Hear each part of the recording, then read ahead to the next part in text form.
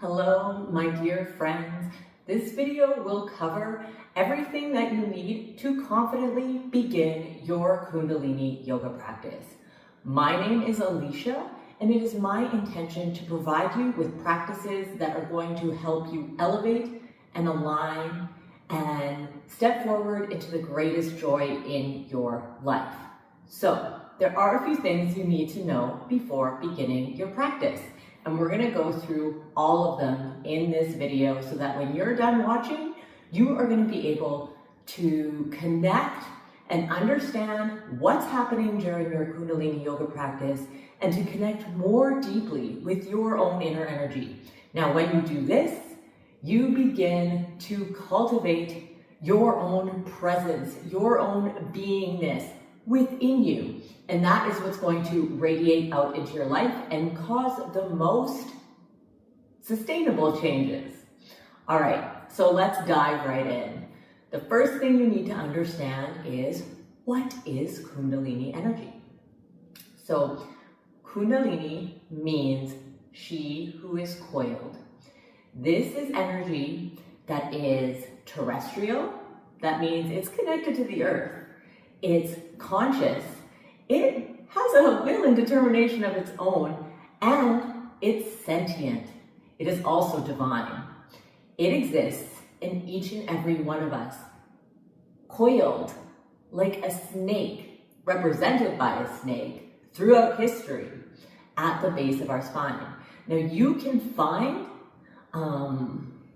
connections, texts going back as far as 11th century CE. In the Hatha Pradipika, it connects the yogic practices to this foundation of the Kundalini.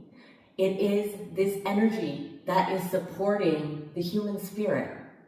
So that's where the energy is. It's in Muladhara. Now this is our root chakra, and you cannot speak about a Kundalini yoga practice without considering the chakras. Kundalini is the energy, but the chakras are the system that the energy moves through. So they go hand in hand. So the first three chakras are our earth-bound chakras: Muladhara, Svadhisthana, and Manipura. Now that's the root, the sacral, and the solar plexus. And you can think about them as our safety, our sexuality, and our willpower. Now, these are all the things that we need to exist on planet Earth, right? Who are we going to be friends with? How are we going to make our money? How are we going to make a living? What are we going to put out into the world? But what happens as we try and do all this? Wounding, big time wounding, generational wounding, past life wounding, our karmas, those are all held in these bottom three chakras. So you can kind of think of the chakras as a filing system, and there's a file folder holding at each of these energy points within your body. And if you open up that file folder, you're going to find all the information in that area that makes you you. And so what happens as Kundalini energy rises, she opens those files. She makes the unconscious conscious, because a lot of that wounding that's held in the file, like, it's held there, but we're not opening the file every day and like reading it and being like, oh yeah, remember when back in grade 5 and the teacher yelled at me and then I developed this belief about myself that I wasn't good enough. Like, we're not reviewing that every day, but it's still held within our system. So what Kundalini energy does, which can also be a little bit scary, confronting, that is why there is spiritual emergency and psychosis related to Kundalini, because what it does is it opens these files, and if you're not really ready to see it, or if you don't understand what is going on and why all this is coming up, and it can get really hard, it can be very, very scary. So that is part of the reason why I am so driven to share about Kundalini, because it is not evil, it's not the devil, but it is helping you to become aware of things that you might not otherwise be aware of, but then you're going to hold them and you're going to create your reality based on those limiting beliefs. We want to get rid of those limiting beliefs. We want to feel them, we want to heal them, we want to move through them, and then we want to elevate into love. Moving up from those 3 chakras, we're trying to get that energy is moving up through clearing out, emptying those files, like I think, what is it? You hold on to files in an office for 6 years, but in real life, we hold on to those tidbits of information in our energetic body forever. And we come in with wiring from other lives, and we hold stuff from our parents and our grandparents. So it's a lot. But as we move this energy up, as we clear through the system, and we blossom into the heart, and that truly, truly is going to support you and help you connect with your passion, with your purpose, to see the bigger picture, to feel love, faith, hope, connection. And then moving up, then we move up into the throat. Now these get really elevated. This is where you start projecting outward what's happening within that's beautiful, that's vibrant, that's vital. Not your neuroses, not your unconscious dramas. It's the beauty that is existing, the beauty that is you, that divine spark of pure potential that is you. Now, the mechanics of this energy is as follows. Each of our chakras has an element. Muladhara is earth, Svadhisthana is water, Manipura is fire, Anahata, our heart, is air, and our throat is space, Akasha, or ether. The third eye is light, and the crown is thought. Now, I know it's a lot to take in, but I'm giving you a few anchor points here. In a Kundalini yoga practice, we concentrate on generating heat in our Manipura. This is where we mix prana and apana, these 2 different types of energy, where prana, I believe, is up and out, up and in, and apana is down and out. When we mix and generate, it's basically generating a lot of heat through our breath, through our movement. This moves down, awakens the Kundalini, she who is coiled, and then together there is a divine feminine aspect, our Shakti Kundalini, and a divine masculine aspect. And these are found in the nadi channels that run up and down our body. Now in Kundalini Yoga, there is 3 nadis that are important. The Sushumna channel, that's the main nadi that runs through the middle of your body, following your spine. There's Ida on the left, representing your divine feminine, unconscious. And then there's Pingala on the right, which represents your divine masculine, conscious energy. What happens when this energy awakens, you are now have all faculties online, your divine feminine, divine masculine. They move up through these nadi channels. This energy moves up. It moves around Sushumna 3.5 times, moving up. And as that energy moves up, if there's any blockages in those chakras, it's going to be opening the files, it's going through them, it's helping you release, it's helping you cleanse, it's helping you move up, it's helping you elevate. As you bring that energy up, it's going to coalesce in the third eye, giving you access now as we move from the throat, from Vishuddha, up into the third eye. This is imagination, this is creation, this is understanding the time out of time. Being able to see things that haven't been created yet that you are going to create. This is that deeper knowing. This is your intuition. This is your psychic abilities, right? That third eye, we see it in different teachings, in different writings, in magazines even, right? It's in the occult. And then once we move up past the third eye, Ajna, then we connect with our crown. And that is your connection to your God, your source, your divinity, for whatever that is to you. Sahasrara. That's when we have true connection to the divine, to what is divine within us, connected to the divine of all around. So that's the mechanics of it. Now, before we begin a Kundalini yoga practice, we do what's called tuning in. We use a mantra, we say it 3 times. It's the Adi mantra to begin, Om Namo Guru Dev Namo. It means I bow to the divine wisdom within. We're not giving our power away, we are looking within. So we do it 3 times at the beginning of a class. I'm gonna do it once for you here, okay? Take a nice deep breath in. Relax, release your shoulders back and down, straighten through the spine. Deep breath in to begin. Om Namo Guru Dev Namo.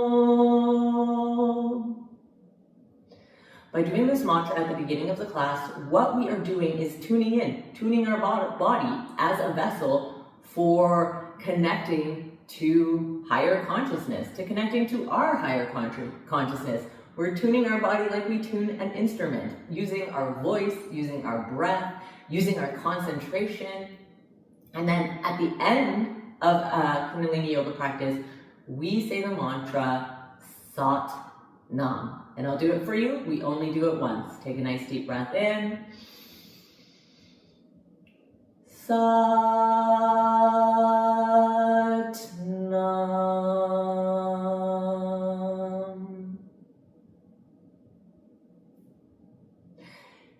During the practice of Kundalini yoga, we also use mantras throughout the practice, just like we did just now.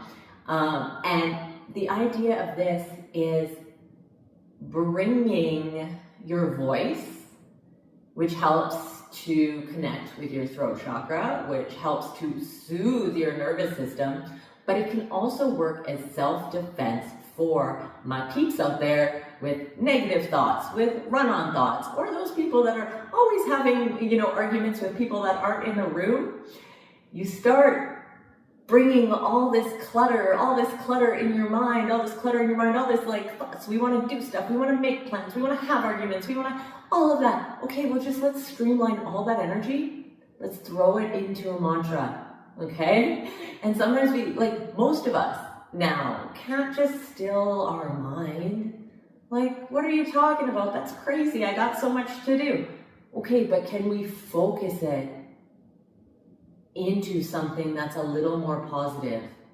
And as you do the mantra practice, even do it in your daily life when you're coming up, when you notice. Because this practice, Kundalini, will make you more aware of yourself. All of yourself. The thoughts you think, the breath you take, how you sit, how you move, how you talk to people. It just brings this awareness in. So you will become more aware of the thoughts you are thinking. And when you do, and when you notice that they are not helping you, you can bring in a mantra instead.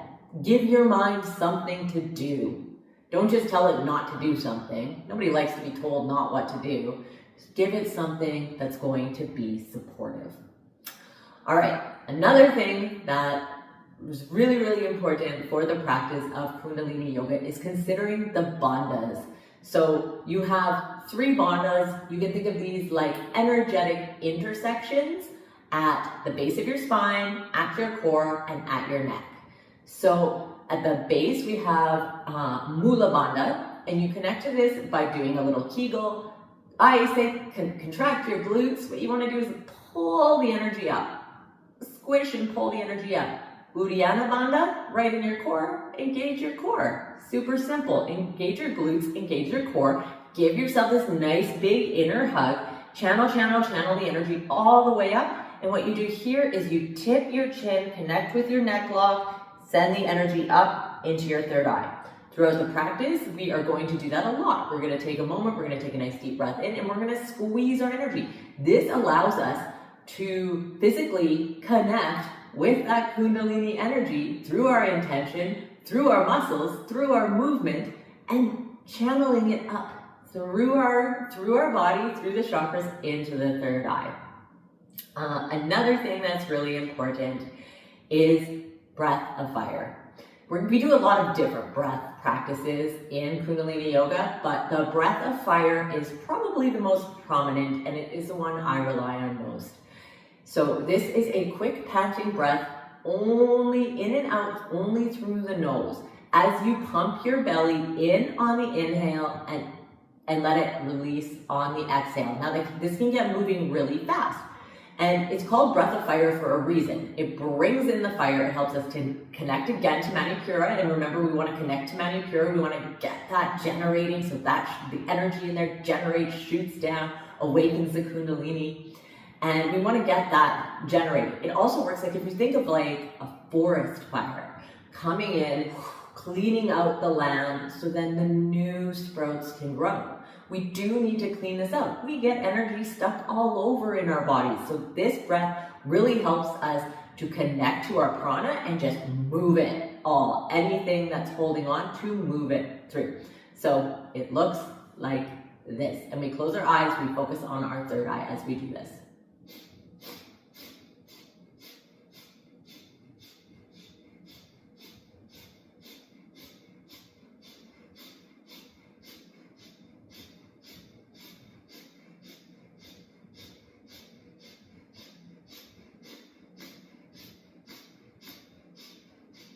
To end, take a nice deep breath in, squeeze your glutes, squeeze your core, squeeze your energy up, tilt your chin to your chest, focus on your third eye, and exhale. Bask in the blossoming of the energy within you. Most importantly, that's what we do throughout. In between our postures, in between each exercise, we sit quietly.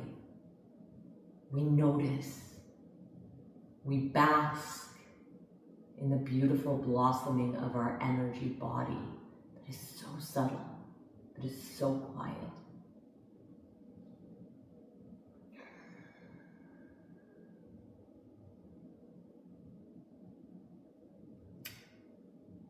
The last thing I will mention is there is a lot of holding postures for a long time, as well as doing movements repetitively over and over. This is because the human being is stubborn.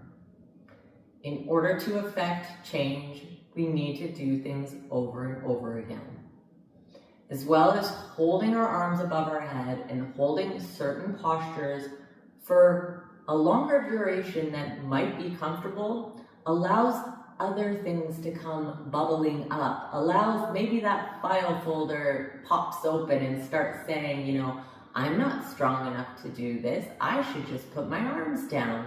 It really puts us in touch with the mechanisms of what is going on in our mind.